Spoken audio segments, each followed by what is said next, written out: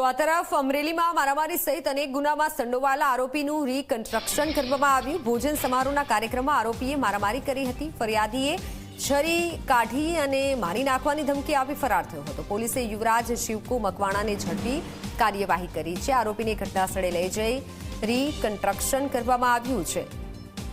અગાઉ યુવરાજ મકવાણા સામે અલગ અલગ 12 જેટલા ગુના નોંધાયેલા છે। રીકન્સ્ટ્રક્શન કરવામાં આવ્યું। આરોપીનું સ્થળ પર લઈ જઈ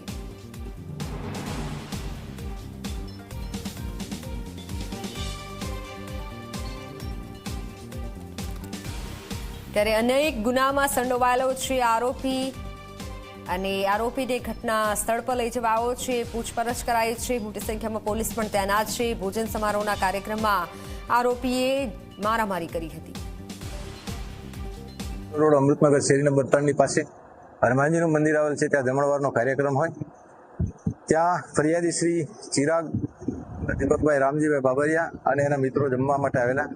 ત્યારે એક શિવકુ કાઠી અને બીજા 2 માણસો એની સાથે આવેલા અને આ ફરિયાદીને લાફા મારી અને એની સાથે મારામારી કરેલી અને ગાળો પણ બોલેલા અને અપમાનજનક શબ્દો પણ બોલેલા અને એ માણસ છરી બતાવીને એને ધમકાવેલો।